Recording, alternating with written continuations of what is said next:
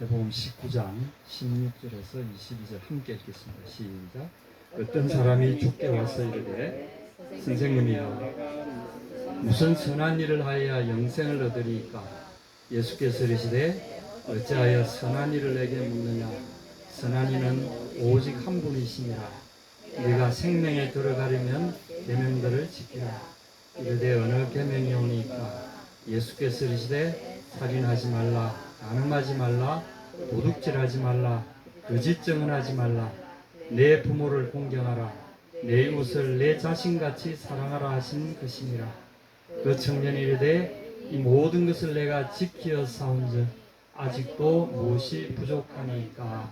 예수께서 이르시되 네가 온전하고자 할진대 가서 내 소유를 팔아 가난한 자들에게 주라. 그리하면 하늘에서 보화가 내게 있으리라.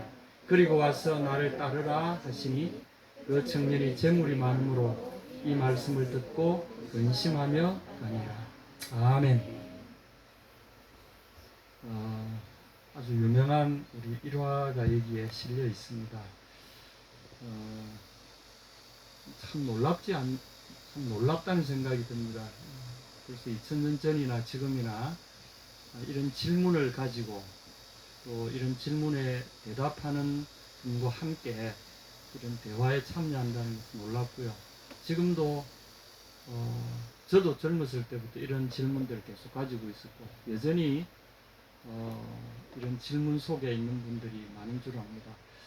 특별히 기독교인들에게 있어서 물론 뭐 다른 종교나 철학이나 다 그렇겠지만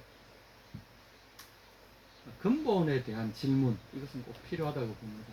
그래서 혹시 우리가 특별히 기독교 전파되는 과정에서 어떤 분들이 질문이나 의심이나 이걸 죄악시하는 경향이 있었는데, 그래서 그냥 믿어라, 믿으면 알게 된다, 뭐 이런 식의 논리를 많이 펴시던데 저는 그렇지 않다고 생각합니다. 물론 이제 그것도 기독교 안에 있는 이런 초자연적인 역사가 있긴 해요.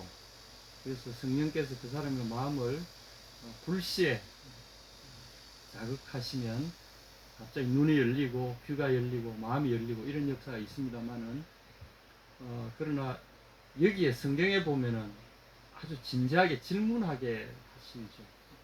진지한 질문. 저는 정말 이거 잘 모르겠습니다. 이게 무슨 의미입니까? 이런 정말. 그리고 이제 복음이 처음에 전파된 곳이 이스라엘에서 시작됐지만 이스라엘 사람들 다음으로 복음의 직접적인 타겟이 되어서 1세기 때 초대교회의 핵심 멤버가 됐던 사람들이 어느 나라 사람들인지 여러분 아시죠? 주로 그리스 사람들입니다. 그리고 그리스어를 쓰는 사람들. 이 사람들 가장 이성적이고 철학적인 사람들이잖아요. 그리스어가 철학의 언어잖아요. 흔히 말하는 로고스라든지 그 다음에 뭐 아르케라든지 이런 철학의 중요한 명제를 이루는 이런 단어들은 그리스어에서 나왔어요. 그래서 초대 복음은 이 그리스어에 담겨있는 철학적인 그 깊이를 차용했다고 볼 수 있을 정도로 주님께서는 이 사람들의 이성에 대한 이것을 직접적으로 공격하셨다고 봐야 됩니다. 그래서 놀랍게도 성경의 언어는 철학의 언어인 그리스어로 신약 성경에 그렇게 기록이 되어 있어요. 그래서 저는 은사주의도 참 중요하지만 은사주의에 이제 많이 좀 매몰되신 이런 교단이나 이런 분들 주장을 들어보면 이 말씀을 철학적으로 생각하는 것을 별로 그렇게 좋아하지 않더라고요. 이건 율법이다 하고는 말씀을 싹 덮어버리고 어떤 신비한 경험 이런 것들을 우선시하는 분들이 계신데, 오늘 사실 이 질문 앞에서 예수님이 사람들을 대하시는 이 광경을 보면 우리가 가진 질문, 이것이 사실은 진정한 깨달음과 아는 것에 대한 시작이 된다는 거죠. 굉장히 중요한 거. 저는 젊은 분들이 질문하는 것을 잊어버리면 안 된다고 생각합니다. 특별히 그리스도인들은 끊임없이 왜라고 물어봐야 된다고 생각합니다. 내가 믿고 있는 이것이 옳습니까? 또는 내가 이해하는 이 성경이 옳은 겁니까? 계속 질문해야 된다고 생각합니다. 목사님이 가르쳐 주시는 그것도 중요하지만 내가 스스로 깨달을 수 있는 실력을 쌓고 내가 이해할 수 있는 수준에 이르도록 끊임없이 자기를 갈고 닦는 것이 굉장히 중요하다고 봅니다. 오늘 이 청년이 주님께 왔습니다. 대화를 우선 한번 저희들이 좀 살펴보도록 하겠습니다. 어떤 사람이 주께 와서 이름은 말하지 않고 있죠. 어떤 사람이라고 이야기했습니다. 아마 성경에서 이렇게 익명으로 처리하는 경우에는 교회에서 큰 역할을 하지 못한 사람이거나 그냥 한번 분명히 예수님과 어떤 관계 속에 나왔지만 교회에 어떤 큰 역할을 하지 못한 이런 사람들은 대부분이 익명으로 처리하는 경우가 많은 것 같아요. 이분이 그 이후에 어떤 삶을 살았는지는 잘 몰라요. 그러나 오늘 나타나 있는 이 대화 속에서 요 짤막한 일화 속에서 이 사람이 보여준 이 젊은 사람의 이 모습을 우리가 한번 같이 내가 이 사람이라면 하는 생각으로 같이 한번 묵상하면 좋을 것 같습니다. 주께 와서 이르되 선생님이여, 이건 굉장한 도전이고 용기입니다. 보통은 이 예수님이 그 당시에 이 19장이 기록될 이 당시 보면은 예수님을 제거하려는 정파적인 움직임들이 아주 은밀하게 진행되고 있던 시기입니다. 이때 예수님과 친해진다거나 예수님에게 가르침을 청한다거나 이렇게 나가는 것은 상당히 그 사회에서 배척당할 수 있는 굉장한 위험을 무릅쓰는 일이죠.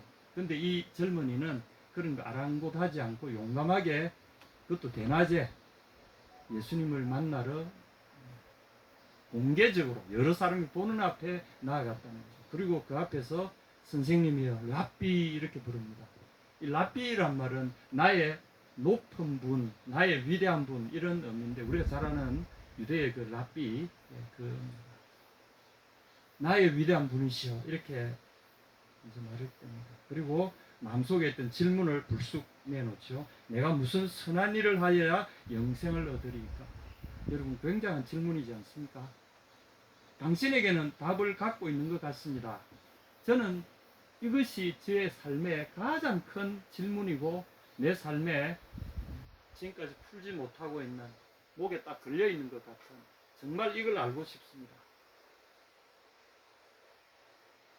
특히 젊은 시절에 저도 20대쯤에서 이런 질문이 참 많았어요.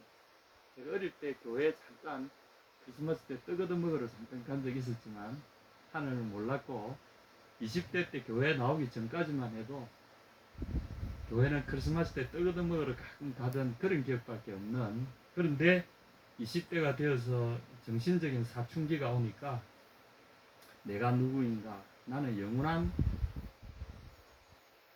인간은 영원할까 그렇지 않을까, 영혼이 있을까 없을까, 뭐 이런 게 있잖아요. 나는 어디서 와서 어디로 갈 것인가, 또는 이 지구가 어느 날 종말이 온다면 모든 것이 없어질 텐데 그러면 나의 삶은 도대체 무슨 의미일까, 뭐 이제 소위 말해 이제 영적인 사춘기가 막 시작되어 숱한 근본적인 질문들이 막 쏟아지기 시작했어요. 근데 예수님이 이 사람의 이 질문에 대해서 이렇게 답변하십니다. 17절에 예수께서 이르시되 어찌하여 선한 일을 내게 묻느냐. 여러분, 이 답변이 좀 생뚱맞은 것 같지 않습니까? 신약 성경을 보면 예수님의 이 답변이 보면 바로 이렇게 답하는 게 아니라 비껴서 답하시는 것 같이, 이렇게 물었는데 저렇게 답하시는 것 같은 이런 거 많이 보신 적 없으세요? 그런 거 많이 보죠, 그죠? 이것도 대표적인 그런 겁니다. 갑자기 무슨 선한 일을 하여야 영생을 얻습니까? 이렇게 물었더니 예수님이 어찌하여 선한 일을 내게 묻느냐. 자, 그럼 여기 이제 우리가 좀 이해를 위해서 선한 일을 행하여야, 이렇게 선한 일에 대해서 물었죠. 그럼 예수님도 똑같이 선한 일에 대하여 왜 내게 묻느냐 이렇게 답변하셨잖아요. 그럼 질문하는 사람이 좀 머쓱해지지 않겠습니까? 그래서 우리가 이 대화를 조금 이해를 돕기 위해서 약간의 해석이 좀 필요합니다. 여기 이제 선하다는 말은 사실은 근본적으로 이것은 유대교에 있어서 선하다는 말은 율법을 가리키는 말입니다. 하나님의 말씀을 가리켜서 선하다고 이야기하고요. 왜냐하면 왜 율법이 선한 것으로 표현되냐면 선하신 분이 주신 생활의 규례이기 때문에 그렇다는 거죠. 그래서 시편 여러 편들에 보면 시편 106편, 107편, 136편 1절에 여기에 보면 이제 쭉 하나님을 찬송하는 노래가 있는데 그 노래에 보면 1절부터 이렇게 시작됩니다. 여호와를 찬양하라. 그는 선하시며 그 인자심이 영원하니로다. 계속 반복되는 노래가 나옵니다. 하나님은 선하시다. 포브, 좋다, 굿 이렇게 이야기할 때 여호와는 선하시고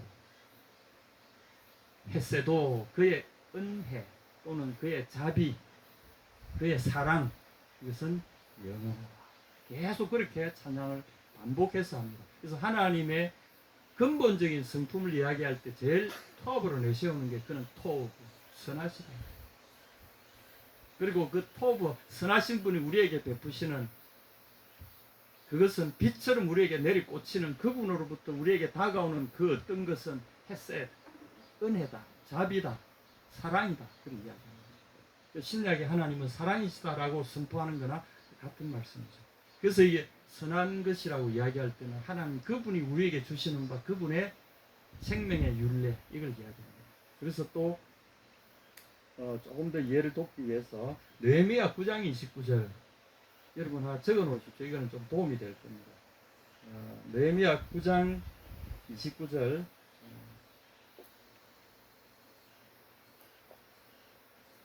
그 다음에 에스겔 20장 11절 13절 21절 에스겔 20장 11절 13절 21절 레위기 18장 5절 뭐 여러 구절이 있습니다. 여기 한두 구절만 적어 놓으셔야 됩니다. 여기에 이제 핵심이 뭔가 하면 율법에 대한 주님의 설명이 여기에 있습니다.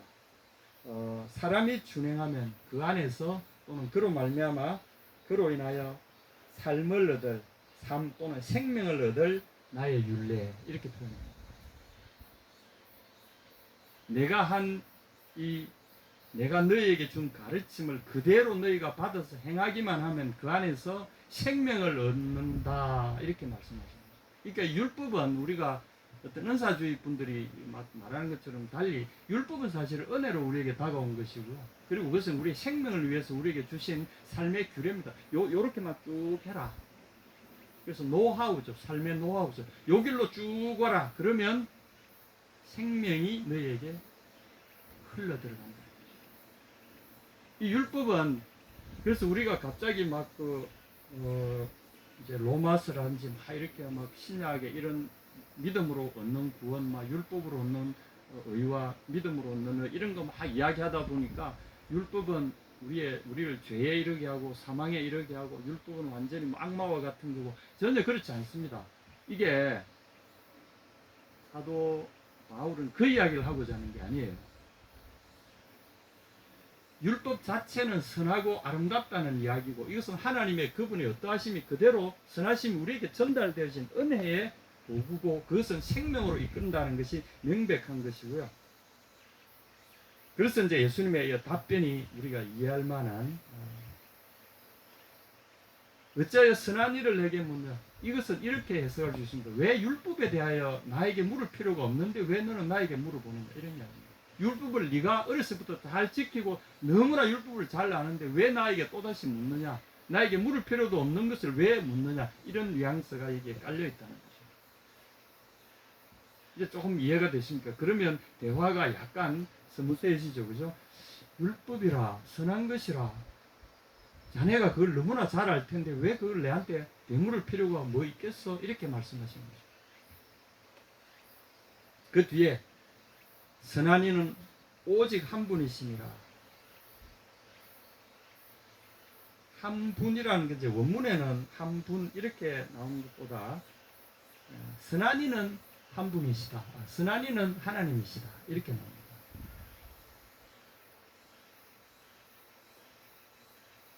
헤이스 에스틴 호 아가도스 그 선한 이는 한 분이시다. 이렇게만 되어 있습니다. 그 선한 이는 한 분이시다.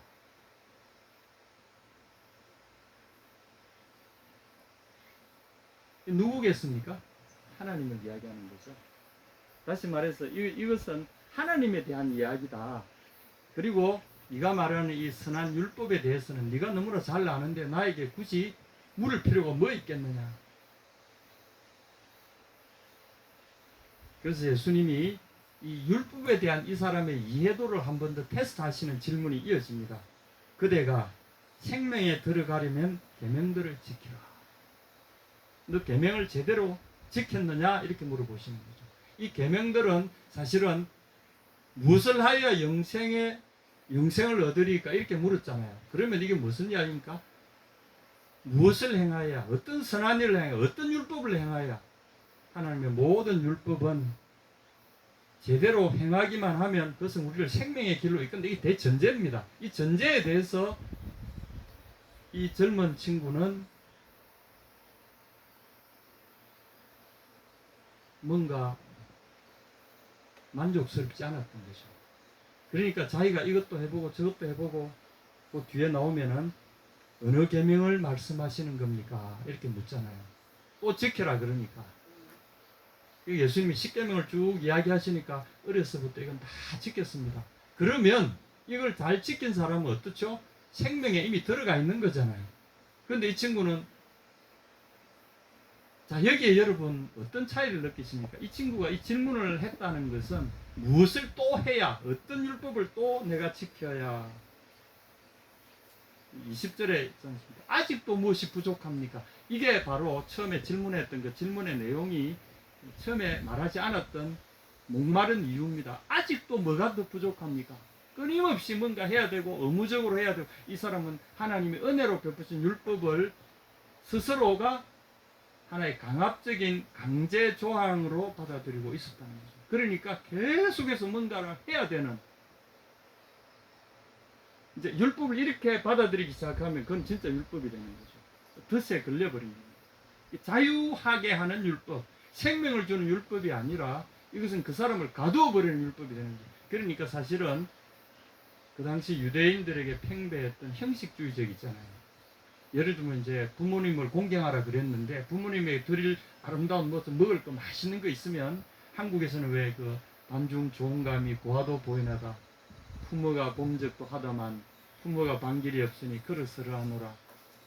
우리 이조시대 때는 그런 노래도 하면서 부모를 공경했잖아요. 어디 가서 예쁜 이 홍시가 나오면 그걸 품어서 집에 가가지고 모친이나 부친을 좀 섬기고자 하는 마음이 먼저 드는 이런 마음들이 있는데, 유대인들은 안 그랬던가 봐요. 그게 있으면 먼저 다 먹어버리고 또는 뭐 다른 데 다 해버리고, 부모님이 너 어디 좀 잔치에 갔다며 뭐 맛있는 거 좀 안 가져왔냐 그러면 고르반 이러고, 아 그거요 고르반 고르반이 뭡니까?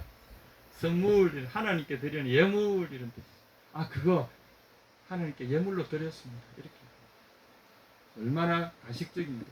그러면 부모를 공경한 거다 이런 이야기죠.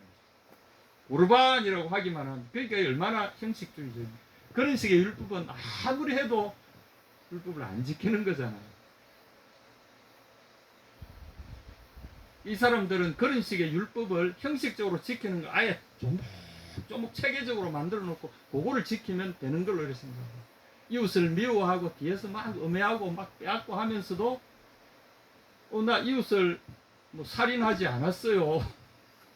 근데 예수님은 마음에 미워하는 마음이 있으면 살인했다고 이야기하시잖아요. 음식만 품으면 그는 이미 간음을 한 것이고, 하나님의 눈에는 율법의 수준이, 그러나 하나님의 영이 들어오시고 하나님의 자비에 선하신 그분으로부터 흘러들어오는 은혜의 빛 가운데 우리가 살게 되면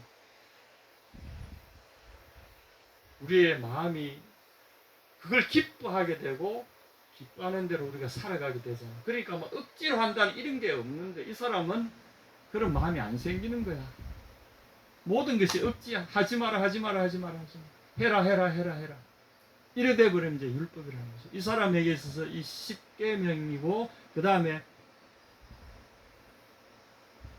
신명기 6장 4절부터 보면은 또 쉐마라는 구절이 있죠. 어릴 때부터 얘들은 눈 딱 감고 이래가지고 쉐마 이스라엘아 들으라, 예호바 예후 또는 아도나이 엘로헤이누 예후바 에하드, 이거 뭐 계속 외워요. 잘 이렇게 외워. 모든 구절들을 이렇게 중요한 구절을 잘 외우면서 자랐는데도 이 친구는 여전히 내가 더 뭘 해야 됩니까? 여기에 오늘 예수님의 질문이 이 친구의 이런 가식적이고 형식적인 하나님의 말씀에 전혀 접근해 보지 못한, 하나님을 만나보지 못한 종교의 벽 위에서 벽에 갇혀가지고 허우적거리는 한 젊은이를 예수님이 보신 거죠. 그래서 예수님은 그 벽을 허물어뜨리기를 원하신 거죠. 그래서 오늘 대화는 사실 그겁니다. 그래서 처음에 이 친구가 자기의 현실을 예수님이 직시하도록 말씀하신 거죠. 십계명을 지켰느냐라고 조목조목 물어보시죠. 어릴 때부터 다 지켰습니다. 그래도 뭐가 부족합니까? 이게 이제 지켰다라고 생각하는 이것이 이 사람의 함정이죠. 이런 면에서 오늘 우리가 오늘 내가 교회에 나가서 또는 예배도 드리고, 저는 한국 교인들 중에 이런 분들 어디 가면은 자기를 소개할 때, 저는 어릴 때부터 지금까지 한 번도 주일 예배에 빠진 적이 없습니다. 저는 11조를 딱 하고 주일 성수하고 주일 봉사하고 저는 확실하게 살아왔습니다. 이런 분들이 있어요. 근데 그런 분이 막 교회 와가지고 책을 막 저기 옛날에 뭡니까 주석서 이런 거 와가지고 쫙 팔아먹고는 어느 날 싹 사라지고 그러더라고요. 물론 그렇지 않은 분들이 많지만 한국에서는, 저희 나라에서는 제 어릴 때는 그런 거를 신앙의 하나의 자부심으로, 척도로 이렇게 생각했습니다. 근데 예수님은 이 사람에게 다시금 생각할 수 있는, 자기의 그 틀에서 나올 수 있도록 이야기하십니다. 바로 아직도 무엇이 부족합니까? 물으니까 21절에 예수께서 이르시되 그대가 온전하고자 할진대 가서 너희 소유를 팔아 가난한 자들에게 주라. 그리고 그리하면 하늘에서 보화가 내게 있으리라. 그리고 와서 나를 따르라.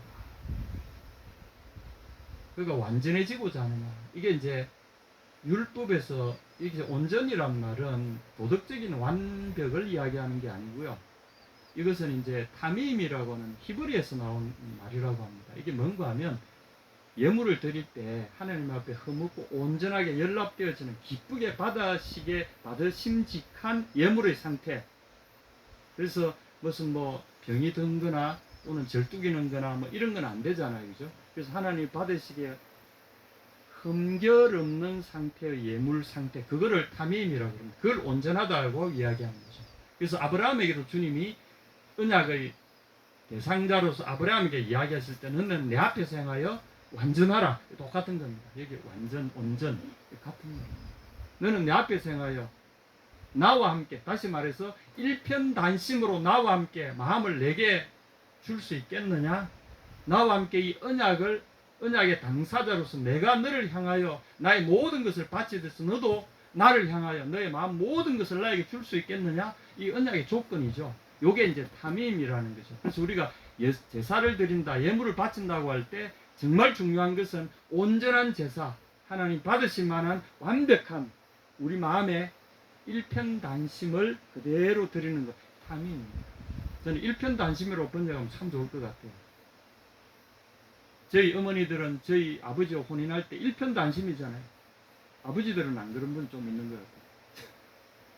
어쨌거나 일편단심, 우리는 그걸 배웠어요. 우리 어머니들에게서 일편단심을 배웠어요.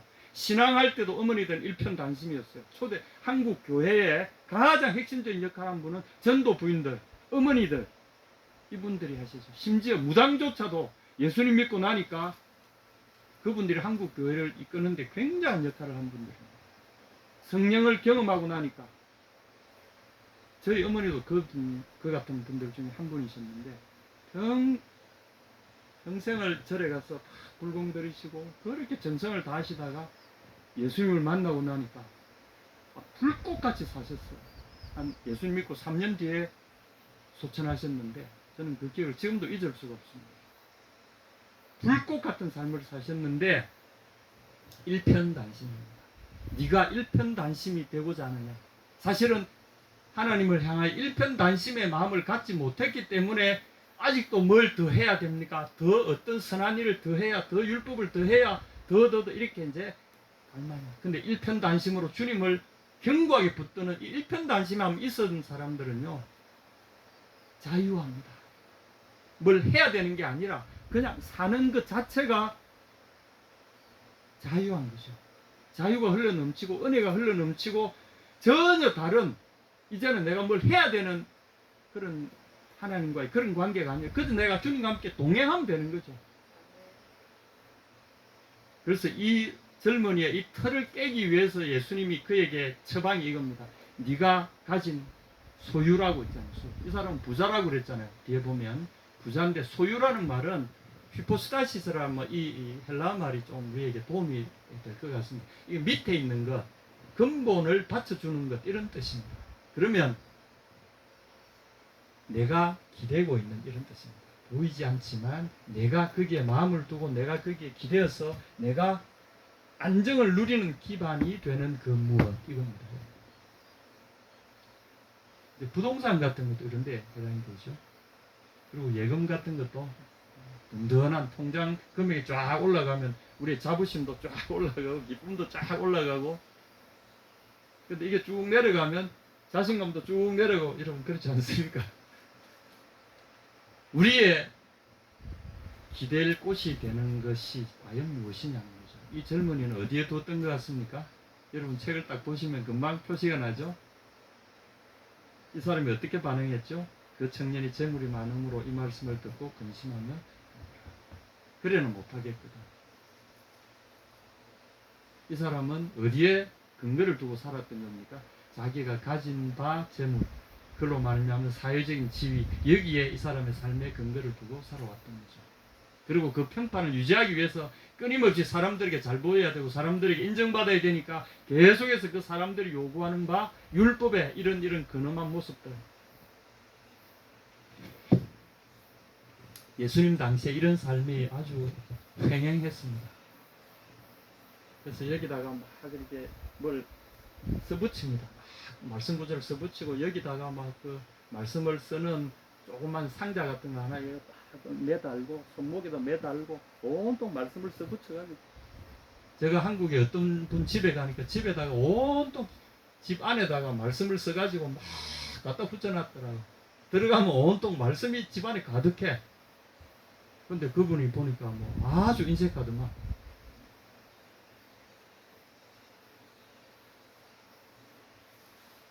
이 젊은이를 향해서 주님이 말씀하십니다. 내 소유.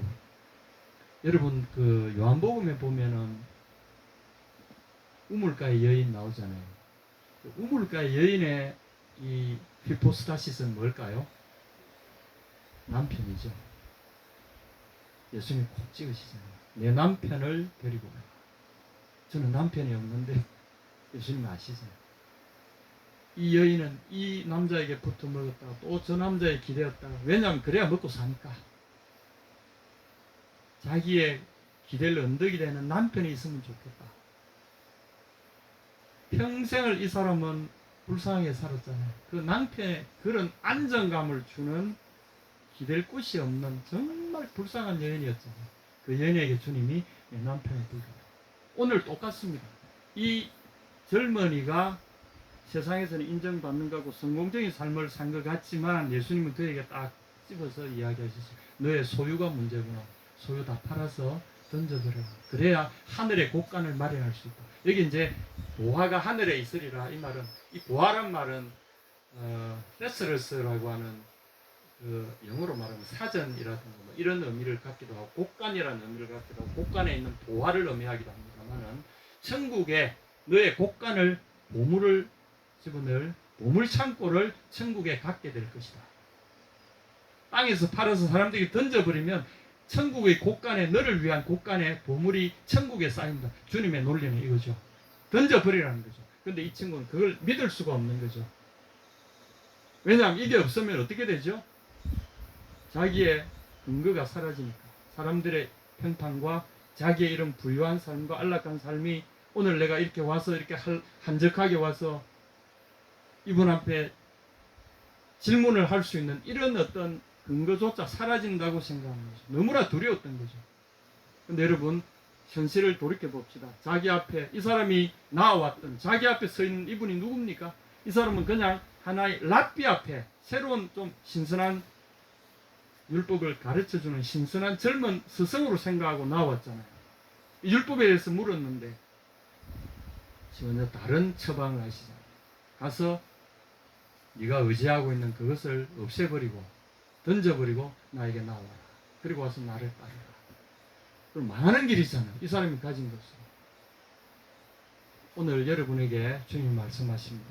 율법 그 자체를 제대로 안다면 온전하고자 할 때, 탐임하고자 할진대, 하나님 앞에 너가 일편단심이 되고자 할진대, 네가 진정한 기반을 어디에 두어야 되는가? 하나님께 기반을 두느냐, 아니면 내가 의지하는 그 무엇, 세상적인 어떤 가치로운 그 무엇에 나의 삶의 기반을 거기다 두고 있느냐? 주님은 그걸 먼저 물으시는 거죠.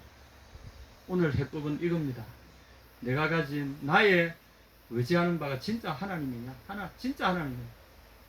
하나님의 말씀을 내가 그대로 수행하면 생명을 얻으리라고 내가 정말 확신하는가?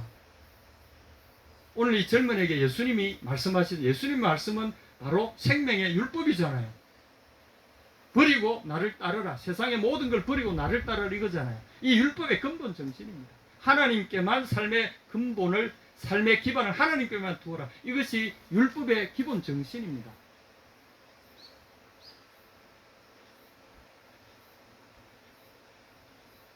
예수님의 기도에도 보면은 제일 앞부분에 나오죠. 하늘에 계신 우리 아버지 이름이 거룩히 여김을 받으시옵소서. 하나님의 나라가, 통치하시는 그 나라가 하늘에서 땅에 이루어지시고 뜻이 하늘에서 이루어진 그 땅에서 이루어지옵소서. 이게 율법의 근본 정신입니다. 그래서 나의 모든 삶의 가치는 그분의 말씀 위에 내가 두겠습니다. 당신이 하시는 그 말씀이 나의 생명인 줄 압니다. 예수님이 고백하신 게 있어요. 나는 그의 명령이 영생인 줄 아노라. 예수님의 고백이 바로 이렇게 사신 분이에요. 너도 생명으로 들어가고자 하거들라, 진정으로 율법 안에 있는 하나님의 그 선하심을 통해서 생명에 이루고자 하거들라, 율법 안으로 들어와라. 어떻게? 그분의 율법이야말로 생명의 근간이 된다. 생명의 근본이 된다. 거기에 들어와라. 근데 이 사람은 못 들어오는 거죠. 사실 이 사람은 율법을 모르는 사람이죠. 어디에 두고 있습니까? 세상의 근본을 두고 있는 사람이죠. 오늘 말씀을 제가 이제 다 했습니다. 핵심은 여러분이 다 아시겠죠, 그죠? 여러분의 히포스타시스, 여러분을 의지하고 정말 하나님의 말씀 믿는다고 하면서도 내가 따로 믿고 있는 게 있다는 거죠. 그게 뭔지를 여러분이 아실 겁니다. 하나님이, 예수님 여러분에게 도전하십니다. 그리고 와서 그것들을 던져버리고, 그리고 와서 천국에 정말 소망을 두기를 결심하고 돌아갈 길을 싹 불태워버리고, 그리고 와서 나를 따라오라. 이게 예수님의 해법입니다. 여러분에게 주님의 은혜가 있으시기를 축복합니다. 아멘.